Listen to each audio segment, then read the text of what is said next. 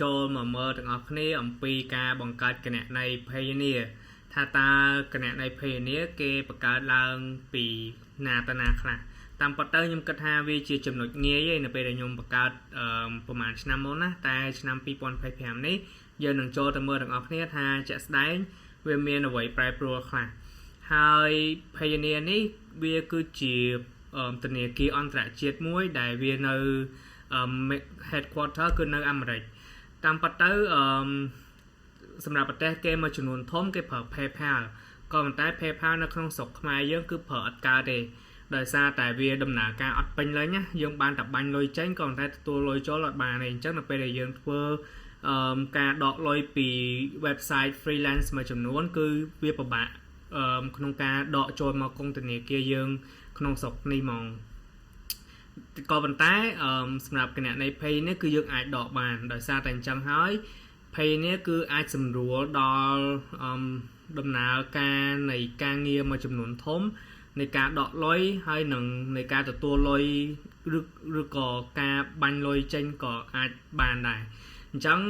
សម្រាប់អ្នកដែលទី1អ្នកដែលចូលចិត្តការងារ freelance ធ្វើការលើ website freelance ច្រើនទី2ទី2អ្នកដែលនៅស្រុកក្រៅហើយមានបងប្អូននៅស្រុកខ្មែរដែលចង់វេលុយចុះឡើងហើយនឹងទី3គឺអ្នកដែលធ្វើ MMO ឬក៏អ្នកដែលធ្វើការដែលរកលុយអនឡាញណាទី1រកលុយពី Facebook YouTube អីអស់ហ្នឹងក៏គួរតែមាន Pioneer ដែរព្រោះថា Pioneer គឺវាអាចឲ្យយើងទទួលលុយបានយ៉ាងងាយហើយនៅពេលដែលយើងទទួលលុយពីគេហើយយើងដកចូលមកកុងធនាគារយើងបានចូល direct ចូលកុងធនាគារយើងហ្មងឧទាហរណ៍សម្រាប់ខ្ញុំផ្ទាល់នៅពេលដែលខ្ញុំដកលុយពី Upwork ឬក៏ពី Fiverr ឬក៏ទទួលលុយពីអ្នកណាអ្នកណីអីហើយខ្ញុំដកចូលមកកុងធនាគារខ្ញុំគឺខ្ញុំ connect ចូល Aclida អញ្ចឹងនៅពេលដែលខ្ញុំដកលុយពី Pioneer ហ្នឹងមកវាចូល Aclida ហ្មងហើយសម្រាប់ការដកលុយពី Pioneer ហ្នឹងសម្រាប់ឆ្នាំ2025នេះគេចេញ policy ថ្មីគេ update rate មានន័យថានៅពេលដែលយើងដកលុយពី Pioneer ហ្នឹងគេគិត3%អញ្ចឹងបើសិនជាយើងដក 1000 អស់ 30 រៀលយើងដក 2000 អស់ 60 រៀលអញ្ចឹងទៅវាគេគិតតាមហ្នឹងណាហើយសម្រាប់ការដកពី Pioneer នេះដែរឧទាហរណ៍ថាឥឡូវថ្ងៃច័ន្ទអញ្ចឹងបើសិនជាខ្ញុំដកពី Pioneer ថ្ងៃច័ន្ទថ្ងៃហ្នឹងណាឧទាហរណ៍អញ្ចឹងណាអញ្ចឹងថ្ងៃអង្គារថ្ងៃពុធពេលព្រឹកឬពេលថ្ងៃអីទៅខ្ញុំអាចបានលុយសុំអធិស្ឋានហ្នឹងហើយនៅពេលដែលដកថ្ងៃច័ន្ទថ្ងៃពុធទៅបានលុយអញ្ចឹងគេគិតរយៈពេល2ថ្ងៃតាមពិតទៅនៅក្នុង pay នេះគេដាក់តាមមួយថ្ងៃឯងក៏ប៉ុន្តែនៅពេលដែលយើងរាប់ចាក់ស្ដែងនៅពេលដែលយើងដកមកគឺ2ថ្ងៃឧទាហរណ៍ថាដកថ្ងៃច័ន្ទអញ្ចឹងថ្ងៃអង្គារនេះវាពងតែធ្វើការអញ្ចឹងថ្ងៃពុធទៅលុយនឹងធ្លាក់ចូលដល់កុងយើងអាហ្នឹងក្នុងករណីដែលចន្លោះថ្ងៃហ្នឹងអត់មានថ្ងៃបុណ្យថ្ងៃទានណាបើសិនជាមាន holiday នៅស្រុកក្រៅឬក៏នៅស្រុកយើងចំនួនថ្ងៃហ្នឹងវានឹងពជាទៅតាមនឹងដែរអញ្ចឹងបើសិនជាឧទាហរណ៍ថាឥឡូវយើងដកថ្ងៃច័ន្ទតែថ្ងៃអង្គារយើងមានបុណ្យអីមួយនៅស្រុកខ្មែរយើងអញ្ចឹងលុយហ្នឹងអាចនឹងថ្ងៃពហុទៅចូលដល់កុងយើងអញ្ចឹងណាក៏ប៉ុន្តែបើសិនជាយើងអត់មានបុណ្យអត់មានអីទេយើងដកថ្ងៃច័ន្ទគឺថ្ងៃពុធចូលដល់កុងយើងហើយអញ្ចឹងយើងរាប់តាមបែបហ្នឹងណាអញ្ចឹងបើសិនជាអ្នកនរគ្នាដកមកហើយឧទាហរណ៍ដកថ្ងៃច័ន្ទថ្ងៃអង្គារស្រាប់តែរកលុយក្នុងកុងរត់ឃើញអ្នកនរគ្នាអាចនឹងភ័យឬក៏អាចនឹងទេទៅធនាគារទេអីឆ្វេងឆ្វាយពេញនឹងក៏តែមានអ្នកដឹងទេធនាគារក៏គេអត់ដឹងដែរព្រោះថាធនាគារស្រុកយើងខ្ញុំធ្លាប់ពេលខ្ញុំដកដំបូងខ្ញុំសួរឡើងពេញហ្នឹងគឺពួកគាត់អត់ដឹងទេដោយសារតែ transaction ហ្នឹងគឺយើងធ្វើជាមួយនឹង Pioneer អញ្ចឹងធនាគារក្នុងស្រុកយើងក៏គេអត់ដឹងដែរអញ្ចឹងតើតើដល់ថ្ងៃចូលហ្មងបើធនាគារក្នុងស្រុកយើងដឹងហ្នឹងហើយអញ្ចឹងអ្នកនរគ្នាអាចគិតតាមហ្នឹងណា2ថ្ងៃបន្ទាប់ពីថ្ងៃដកអូខេតាមពិតទៅខ្ញុំអត់មានកម្រងនិយាយរឿងហ្នឹងឯងក៏តែនិយាយយូរទៅវាចេះតែបែកវែងឆ្ងាយណាព្រោះថាភាគច្រើនវីដេអូខ្ញុំអត់សូវបាន script តុកទេអត់សូវបានសរសេរ pro តុកទេអញ្ចឹងវានឹងអាចវែងឬក៏ខ្លីទៅតាមហ្នឹងក៏ប៉ុន្តែអ្នកទាំងអស់គ្នាស្ដាប់ទៅនឹងទទួលអ្វីថ្មីនឹងយល់ដឹងបានច្រើនអញ្ចឹងអត់អីទេចេះតែស្ដាប់ទៅស្ដាប់បដាខាបដាក៏បានដែរហ្នឹងហើយស្រេចចិត្តអញ្ចឹងឥឡូវយើងចូលទៅដល់ វិធីក្នុងការបង្កើតទាំងអស់គ្នាតាមពិតទៅវីដេអូនេះខ្ញុំត្រូវចេញតាំងពីខែ5ក៏ប៉ុន្តែធ្វើអត់ទាន់ទាំងអស់គ្នាត្រូវចេញតាំងពីដើមខែ5ណាប៉ុន្តែការងារវាចិត្តតែសម្រុកមកច្រើនទៅធ្វើអត់ទាន់អញ្ចឹងក៏សូមអធិស្ឋានផងដែរសម្រាប់អ្នកដែលបានរងចាំជាយូរអញ្ចឹងណាក៏ប៉ុន្តែយ៉ាងណាមិញយើងចូលមកដល់វីដេអូយើងទាំងអស់គ្នាហើយខ្ញុំនឹងប្រាប់ទាំងអស់គ្នាពីវិធីបង្កើតគណនីនឹងទៅមុខទាំងអស់គ្នាអូខេចុះឥឡូវយើងចូលមកដល់ website អូខេខ្ញុំសូមដាក់កាមេរ៉ាមកយ៉ាងតូចអញ្ចឹងដោយសារខ្ញុំប្រើ Mac ខ្ញុំចូលទៅ Safari បើសិនជាអ្នកនរគ្នាចូលតាម Chrome ឬក៏អីផ្សេងក៏បានដែរសុំទោសអីវាធ្លាក់browser មួយទៀតនេះគេមិនហៅ Chrome ទេ Chrome ហ្នឹងគឺជាការអានខុសមិនមែនអ្នកខ្លះអាន Chrome អ្នកខ្លះអាន Chrome ទេក៏ការអានគឺអានខុសហ្មងអញ្ចឹងដើម្បីអ្នកនរគ្នាអានត្រូវគឺគេអានថា Chrome ពាក្យដែលអានឲ្យត្រូវគេហៅថា Chrome អញ្ចឹងបើសិនជាអ្នកនរគ្នាប្រើតាម Windows អីពាក្យច្រើនគឺគេចូលតាមហ្នឹងឬក៏ Firefox អីចឹងទៅតែសម្រាប់ខ្ញុំចូលតាម Safari បានហើយនៅពេលអ្នកនរគ្នាចូលហើយវាយពាក្យថា pioneer.com អានេះគឺជា website ផ្លូវការរបស់គេ pioneer.com អញ្ចឹងវាយឲ្យចូលមកវានឹង load មកដល់កន្លែងហ្នឹងតបមកទៀតយើងចូលឡើងបើសិនជាអ្នកនរគ្នាមានគណនីហើយចូល sign in នេះទៅបើសិនជាអត់ទាន់មានគណនីទេចូល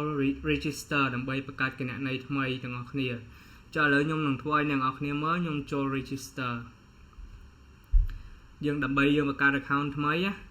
ខេអញ្ចឹង first name យើងដាក់មកដោយសារតែខ្ញុំមានគណនីរបស់ខ្ញុំមួយហើយអញ្ចឹងដាក់ឧទាហរណ៍ចុះដល់ទៅកើតអត់ទេណាដោយសារខ្ញុំមានឈ្មោះខ្ញុំមួយវាអញ្ចឹងហើយឥឡូវខ្ញុំសាប់កើម្ដងទៀតតែនឹងគេឲ្យបើកផ្លូវការអត់ទេសុខសម្បត្តិប៉ែនលេខទូរស័ព្ទអានេះខ្ញុំនឹង blank នៅពេលហើយតែឥឡូវខ្ញុំវាយបញ្ចូលសិនទៅមកកើតអ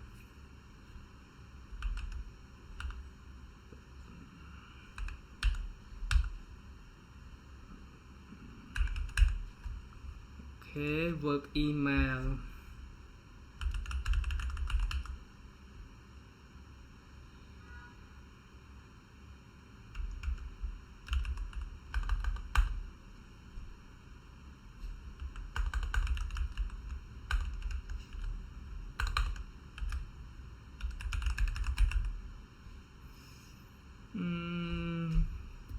អានេះ email យើងបញ្ចូល email ទាំងអស់គ្នាផ្លូវការមកណាទៀត client registered business name នេះយើងមើលសិនគេឲ្យដាក់អីគេខ្លះអានេះខ្ញុំអត់មាននេះចិត្តដាក់ទៅសម្បត្តិ file registered business name នេះយើងដាក់ឈ្មោះផ្លូវការយើងមកណាខ្ញុំដឹងថាគេទាមទាររកអីដែរក៏តែយើងដាក់ឈ្មោះផ្លូវការយើងមកព្រោះអាហ្នឹងវាជាជំរើសល្អបំផុត website address មិនបាច់ដាក់ទេនេះសាក់អត់ដាក់មកកើតអត់អូខេសូមអធិស្ឋាន website address នេះក៏មិនបាច់country Cambodia ត្រូវហើយ tell us more about business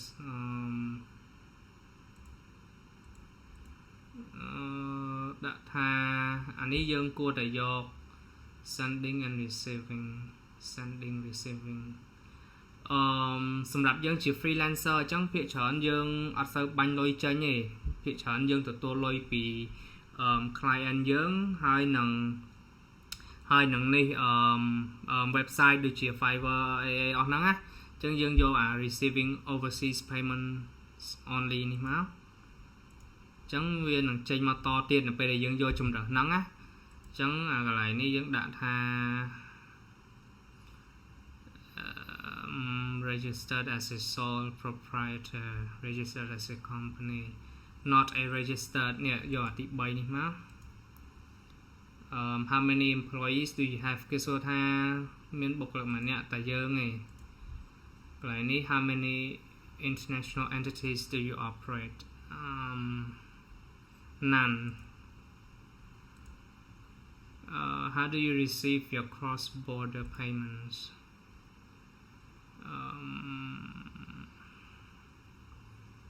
យកfreelancer platforms only ចុះ business clients freelancer នេះយកអា business platforms ហើយនឹង business clients freelancer platforms ហើយនឹង business clients នេះព្រោះថានឹងថ្ងៃមកទៅនៅពេលដែលយើងធ្វើបានមួយរយៈទៅយើងអាចនឹងមាន client direct មកយើងហ្មងណាអញ្ចឹងពិបាកក្នុងការ pay លុយអញ្ចឹងយើងត្រូវជ្រើសរើសយក pioneer នឹងក្នុងករណីដែលគេចង់pay ឲ្យយើងតាម pioneer អញ្ចឹងយើងយកជំរើសមួយនេះទៅល្អ What is the estimated value of your cross border transactions អានេះដាក់ចន្លោះពី500ដល់2500អញ្ចឹងទៅព្រោះថាយើងមើលមិនឃើញទេយើងធ្វើដំបូងយើងបាក់រក client មែនតែនៅពេលដែលយើងរកបានតែមួយ plat ចន្លោះពី1000ទៅ2000គឺរកអាចរកបានងាយទេឲ្យតែយើងបង្កើនរក client ណាគ្រាន់ថាយើងដំបូងយើងរៀងបាក់តិចក៏តែយើងយកជំរើសនេះមកកន្លែងនេះtrainer regardingបាច់ទេ no អូខេអញ្ចឹងខ្ញុំ review ឲ្យទាំងអស់គ្នាមើលឡើងវិញអាកន្លែងខាងលើនោះដោយសារព័ត៌មានខ្ញុំមានប្រាប់អ្នកគ្នាហើយនេះខ្ញុំគ្រាន់ review ឲ្យពីកន្លែង tell us more about your business នេះអ្នកគ្នាដាក់តាមខ្ញុំណាwhat best describe នេះដាក់យកចម្លើយហ្នឹងមក I'm receiving overseas payments only ទី2នេះដាក់ថា not a registered freelancer or sole trader គឺនេះទី3នេះដាក់ just me ទី4 none ទី5 receive payments from both freelancer platforms and business clients ហើយទី6យកចន្លោះពី501ដល់2500ដុល្លារហើយក៏មានបាច់ដាក់ receive communication អីណានេះនាំញ៉ៃញ៉ៃទេព្រោះថាពេលច្រើនផ្ញើមកតែ email អត់ប្រយោជន៍ទេហ្នឹងហើយបន្ទាប់មកយើងចុច next មើលគេរកអីទៀតអញ្ចឹងចូល next ហើយគេឲ្យយើង complete registration ចុចលើហ្នឹងមក complete registration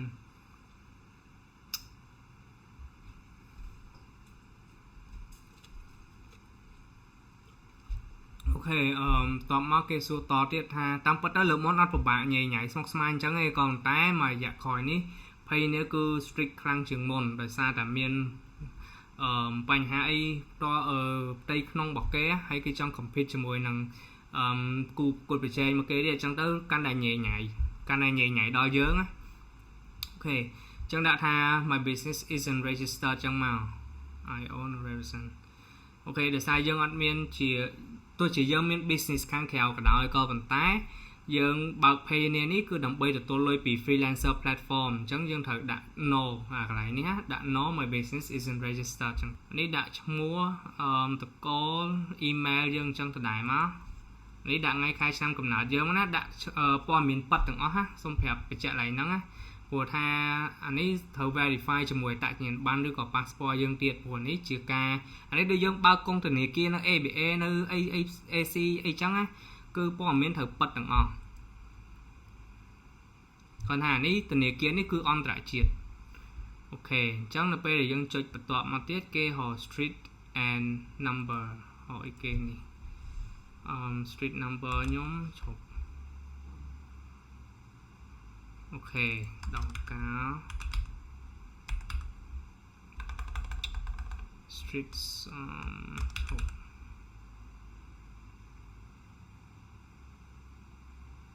ផ្លូវស្អីនេះផ្ទះខ្ញុំ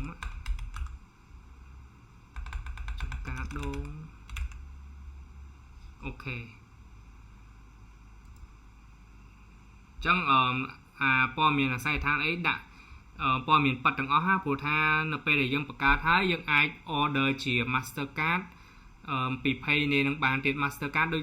យើងចាយបទធនាគារយើងធម្មតាចឹង Mastercard ហ្នឹងគឺយើងអាចប្រើទិញអីវ៉ាន់ online អីបានហើយយើងអាច order វាជា physical card ណា card ហឹងហើយគេបញ្ជូនផ្ញើតាមប្រេសនីមកឲ្យយើងណានៅពេលដែលយើង order តាម Pay នេះហ្នឹងចឹងព័ត៌មានអាស័យដ្ឋាននេះត្រូវដាក់ពិតដែរភ្នំពេញpostal code ដាក់ដើម្បីចង់ដឹង postal code ទាំងអស់គ្នាត្រូវមើល check កន្លែងនេះ postal code ឬ zip code ហ្នឹងណាទាំងអស់គ្នាត្រូវ check មើលគេហៅគេតំបន់អញ្ចឹងខណ្ឌអញ្ចឹងខណ្ឌខ្ញុំខណ្ឌដង្កោអញ្ chẳng bà sân chỉ nàng ở này nó khan ấy đặt khan nắng mắt đặt nhẹ khan đồng cao chẳng đặt đồng cao postal code mới bên tranh màu khan đồng cao chụp cái này ok chụp đồng cao khan đồng cao sừng cắt đồng cao ok khan thấy sừng cắt tiếc đó p để dân đặt thằng khan thằng sừng cắt tới vi trình lấy postal code để giờ này ơi bên nàyจะcam cho ra này chẳng ở kia đã cho một con chụp bắt khơi lòng tiệt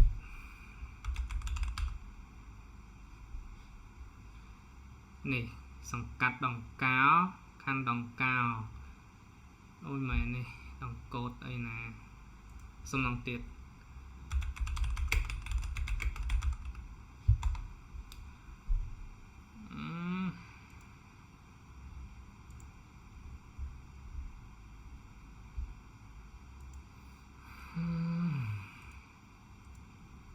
tung cha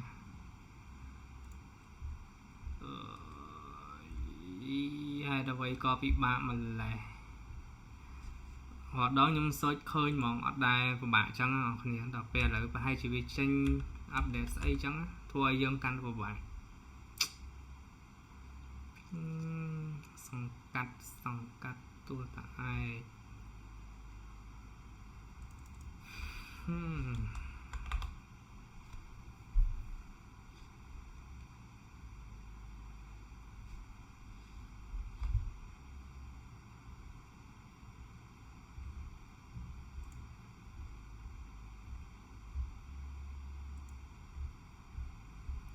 ơi vậy tới website Cambodia Postal Code này vô tới chỉ set up này chỉ cam ấy bên nằm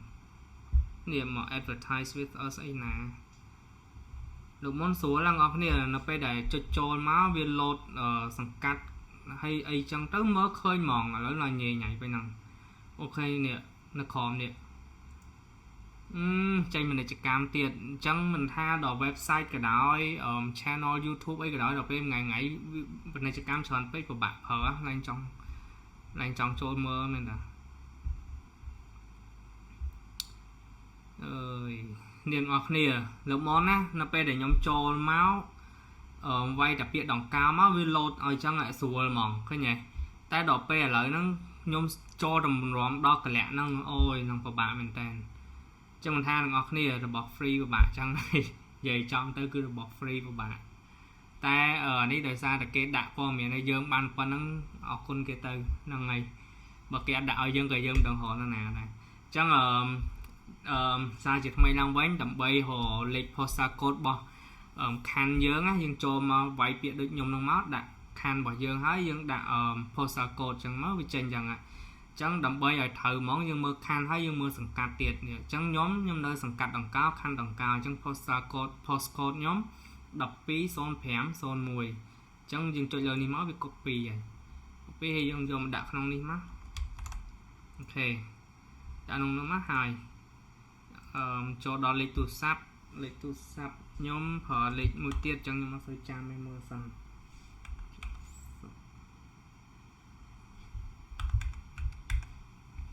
ok nhà code mà verify nó lịch tu sắp trong nhóm mơ tu sắp sân khởi đầu kịp nhà ok yeah nó bây giờ nàng ở đây trả lại việc send code này mình tới kịp nhau lấy verify mà lấy tụ sắp giờ này cho nó bây giờ kịp nhau mà nó ở đây vay cho tới cái nào vào đây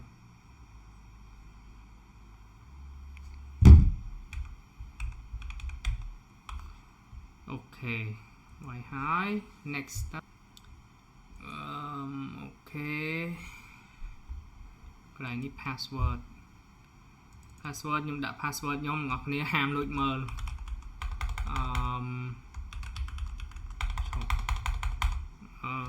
cho gọi code password tộc sân back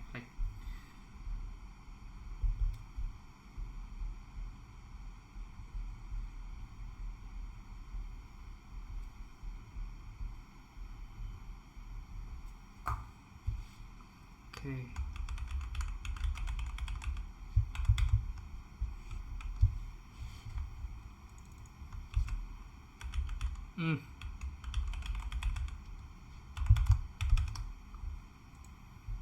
What was the name of your ទាំងអស់គ្នាយកអាណាដែលស្រួលចាំហើយកត់ទុកផងចាត់ផ្លេចនៅពេលដែលគេឲ្យ verify លើក្រោយយើងពិបាកអញ្ចឹងអស់គ្នារកអាណាដែលចាំហើយកត់ទុកelementary school ខ្ញុំយកនេះស្រួលចាំ in which city was your first elementary school ខ្ញុំរៀននៅសាលាបឋមសិក្សាបឹងសាឡាងអញ្ចឹងរៀននៅភ្នំពេញអូខេ ID type នេះយើងត្រូវ verify ID យើងណាអញ្ចឹង ID យើងលេខប៉ុន្មានអស់គ្នាដាក់មកID ខ្ញុំសូមអបជប់ហជប់អស់គ្នាខ្ញុំទៅរក ID ផ្លែសិនផ្លេចលេខកូដ ID អូខេអស់គ្នាកន្លែងនេះយើងពេញលេខ I អត្តញ្ញាណប័ណ្ណយើងណាអត្តញ្ញាណប័ណ្ណផ្លូវការយើងណា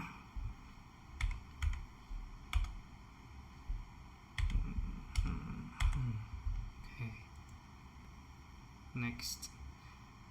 ចឹងនៅពេលដែលយើងពេញអស់ហើយចូលមកដំណាក់កាលនេះមួយទៀតគេដាក់ទៀមទាដូចតទៅនេះ personal account business account ចឹងយើងដាក់ personal account មកbank country Cambodia currency USD bank name ដាក់មានច្រើនហ្នឹង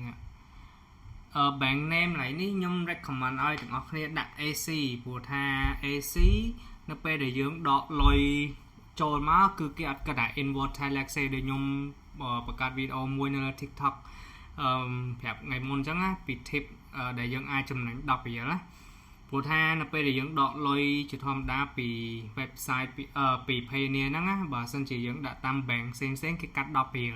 គេកាត់ថ្លៃអាហ្នឹងគេហៅថ្លៃ inward telex ចឹងនៅពេលដែលយើងដកមក transaction 10រៀលមក transaction ដឹងតែ10រៀលហ្មងក៏ប៉ុន្តែ Aclida ដំបូងក៏គេកាត់លុយដែរក៏ប៉ុន្តែក្នុងរយៈពេល1ឆ្នាំកន្លះឬ2ឆ្នាំមុននេះគេថាមាន promotion នៅពេលដែលយើងដកមកគេអត់គិតថា inward telex ហ្នឹងឯងអញ្ចឹងយើង save បាន10រៀលហើយគេថា promotion ហ្នឹងតែកន្លះឆ្នាំ1ឆ្នាំឯងដល់ពេលខ្ញុំប្រើយូរទៅមកដល់ឥឡូវហ្នឹង7 2ឆ្នាំហើយក៏គេនៅតែ promotion ឲ្យដែរអញ្ចឹងខ្ញុំ recommend ឲ្យអ្នកនរគ្នាដាក់ភ្ជាប់ជាមួយ Aclida ក៏ប៉ុន្តែដោយសារតែអា Payoneer របស់ខ្ញុំចាស់នោះខ្ញុំភ្ជាប់មួយ Aclida របស់ខ្ញុំហីអញ្ចឹងខ្ញុំអត់ចង់ដាក់យក Aclida ទៀតកន្លែងនេះខ្ញុំខ្លាចវាមានបញ្ហាវាជន់គ្នាវាធ្វើឲ្យមាន error អីចឹងទៅអញ្ចឹងខ្ញុំនឹងក្នុងករណីនេះខ្ញុំធ្វើឧទាហរណ៍អ្នកនរគ្នាមើលខ្ញុំនឹងដាក់ ABA អូខេអញ្ចឹង ABA របស់ខ្ញុំលេខ account numberនេះដាក់លេខកុងធនាគារយើងអា9ខ្ទង់ហ៎អញ្ចឹងអស់គ្នាដាក់នឹងមក Swift Swift code នេះ AB នេះ Swift code ទាំងអស់គ្នាចង់ដឹង Swift code របស់ ABA គេអស់គ្នាចូលថា ABA bank Swift code មកវាចេញឲ្យហើយនេះអញ្ចឹង Swift code របស់ ABA អ្នកនរគ្នា copy មកកុំឲ្យដោយអាសញ្ញាចុចABA AK HPP អញ្ចឹង copy ដាក់ចូលមកហើយកន្លែងនេះចុច tick នេះកំណត់ឡើងវិញមកហើយអញ្ចឹងចូល submit មកអូខេនៅពេលដែល submit មកគេអូខេនេះគេដាក់ congratulations your Payoneer account application has been submitted successfully and is now being reviewed អញ្ចឹងនៅពេលដែលហើយគេ review ហើយគឺយើងអាចដំណើរការបានហើយជាធម្មតាគឺអត់មានបញ្ហាដែលយើងបង្កើតដល់ប៉ុណ្ណឹងហើយគឺឲ្យតែយើងបំពេញព័ត៌មានពិតទាំងអស់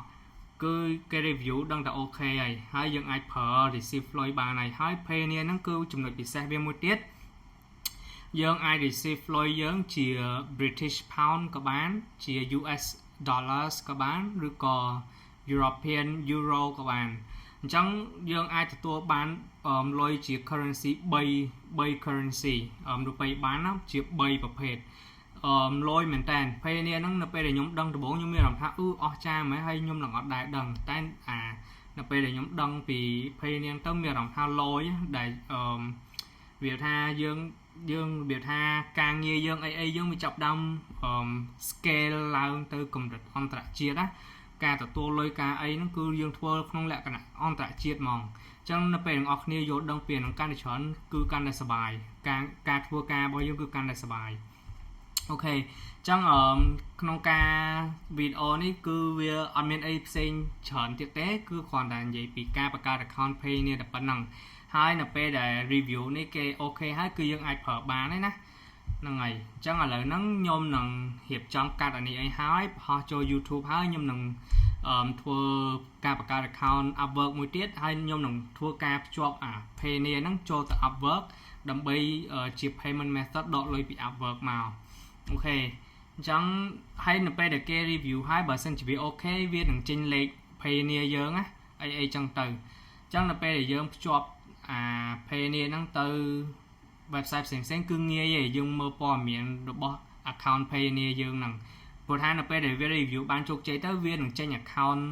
pay នេះផ្លូវការមួយឲ្យយើងមានលេខ account មានលេខ account មាន email account មានអីផ្លូវការរបស់យើងអញ្ចឹងយើងយកអាព័ត៌មានរបស់ហ្នឹងទៅប្រើជាផ្លូវការនឹងថ្ងៃមុខអញ្ចឹងទាំងអស់គ្នាបើសិនជាមើលវីដេអូនេះហើយមានចម្ងល់កន្លែងណាអាចសួរខ្ញុំបន្ថែមបានហើយបើសិនជាអត់មានចម្ងល់អីទេក៏ជួយដាក់បេះដូងដាក់អីឲ្យមួយផងដើម្បីឲ្យ channel ខ្ញុំឆាប់បាន grow ឲ្យខ្លាំងជាងនឹងខ្ញុំអាចបង្កើត content បានច្រើនកាន់តែច្រើនទៅមុខទៀតតាមពិតទៅខ្ញុំបញ្ចុះពាក់គណនីច្រើនមែនតើសុំទោសជាពាក់មាតិកាច្រើនណាព្រោះថាបងប្អូនយើងមានអ្នកដែលសួរអំពីសំណួរផ្សេងច្រើនជាពិសេសគឺទាក់ទងមួយ freelancing ហ្នឹងក៏ប៉ុន្តែដោយអ្នកនរគ្នាបានឃើញចឹងខ្ញុំថតអា project list ឲ្យខ្ញុំឲ្យមើលណាគឺច្រើនមែនតើឥឡូវហ្នឹងសូម្បីតែឥឡូវហ្នឹងមាន4ទៀតជប់ខ្ញុំឲ្យមើលហ្មង4ហើយខ្ញុំអត់ទាន់ចាប់ដើមខ្ញុំសុខចិត្តមកធ្វើវីដេអូtutorial វីដេអូនេះឲ្យមើលអ្នកនរគ្នាជប់នេះមាន4នេះអញ្ចឹង4ហ្នឹងdo ថ្ងៃទី8 9 10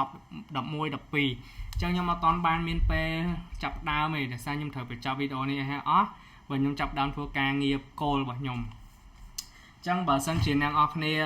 មើលវីដេអូនេះហើយបង្កើត account អីបានអស់ហើយកុំភ្លេចជួយ like ហើយក៏ជួយ comment ដាក់បេះដូងអីឲ្យផងដើម្បីឲ្យ channel ខ្ញុំបាន grow ទាំងអស់គ្នាអញ្ចឹងអរគុណច្រើនបើមានសំណួរកុំភ្លេចសួរនៅខាងដាក់សំណួរនៅកន្លែង comment